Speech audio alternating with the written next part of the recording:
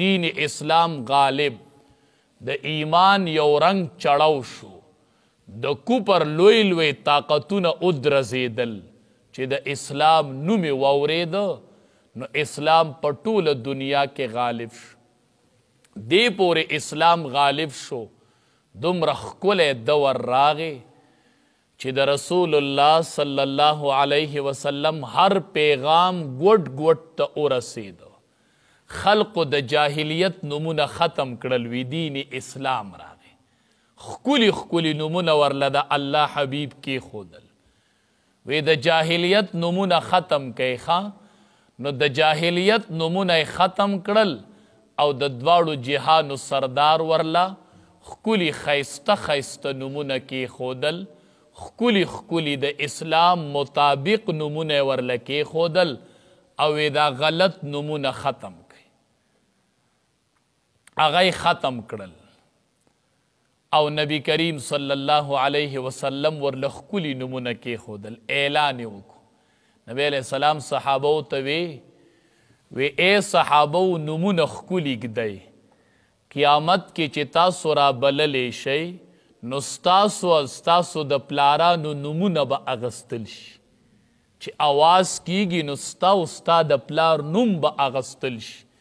نو وی ښکلي نمونه ږدئ خراب خراب نمونه مه ږدئ ښکلي نمونه ږدئ او نبی کریم صلی الله علیه وسلم ورته وفرمیل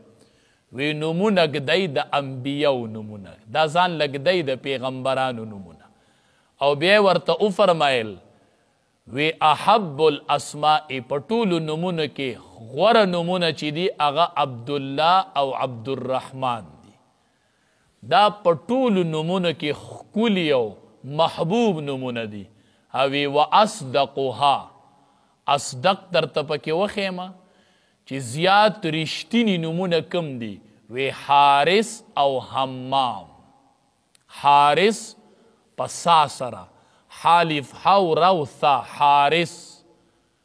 وی دا اصدق نوم دی او حمام په چرګۍ هې سره حمام وی دا دواړه نومونه اصدق نومونه دي ډېر رښتیني دي څه معنا څنګه رښتیني دي د حارس معنا ده کسب کوونکی ګټه کوونکی نو هر کس چې دی کسب کوي او کمایي کوي نو دا په هر کس صادقیږي او د حمام معنا ده اراده کوونکی او هر بنده چې نو د ده پړه کې اراده وي نو وي اصدقها دا ډېر رښتیني نومونه دي او وی د ټولو نه خراب نومونه درته وښیمه وی حرب او مره حرب او مره وی دا ډېر قبیح نومونه دي بد نومونه دي د حرب معنی ده جنگ او د مره معنی ده تریخ کړ واچې ورته وایي تریخ وی دا نومونه مه ږدئ ښه حرب معنی ده جنگ وی دا نوم مه ږدئ مره معنی ده تریخ د شیطان ته به په څه وخت کې ابو مره وي دا د شیطان نوم هم و ابو مره تریخی والا نو نبی کریم صلی الله علیه وسلم ورته وی دا نمونه ختم کړئ ښکلي ښکلي نمونه درله ږدم وی صحیح ده د الله حبیبه ږده نمونه ډېر ښکلی دور راغی ابن عمر رضی الله تعالی عنه فرمایي وی د عمر رضی الله تعالی عنه یوه لور وه هغې ته به عاصیه وي عاصویه او د جاهلیت نمونه به هم داسې نمونه وو چې داسې معنی به یې لرله چې خلک ترېنه ویریږي ګبراهټ والا معنی دا د عربو د جاهلیت یو رسم نوم به یې داسې کېښودو عاصیه چې کس ترېنه وګبراویږي ویریږي د دواړو جهانو سردار چې وورد وی عاصیه نه جمیله وی دې ته به عاصیه نه وایې دې ته به جمیله وایې عاصیه معنی خو ناپرمانی کوونکي او وی د جمیلی معنی ده ښایسته نو وی نوم به د دې وي جمیله او دا به عاصیه نه وي علما وی ګورئ نوم دا اثر پرېږدي اثر یې ښکاره کېږي دې وجې نه د علماو دا ذمواري جوړیږي چې په علاقه کې څومره خراب معنو والا نومونه دي پکار ده چې هغه صحیح کړي دا به پیغمبرانو صحیح کول. داسې خبره ده زما پلار یې دی او زما نیا یې دی او زما د نیا خوښ دی او زما د پلار خوښ دی.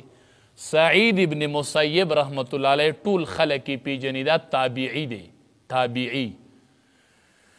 دی وایي وی زما نیکه حزن نوم یې و، حزن وی دی د دواړو جهانو سردار خواله ورغی. وی نبی علیه السلام ورته وی چې څه نوم دی دی؟ وی چې حزن. حزن نبی علیه السلام ورته وی لا بل انت سهل. نه نه نه نه حزن نوم به دې نه ګورئ ښه، ستا نوم به یي سهلن.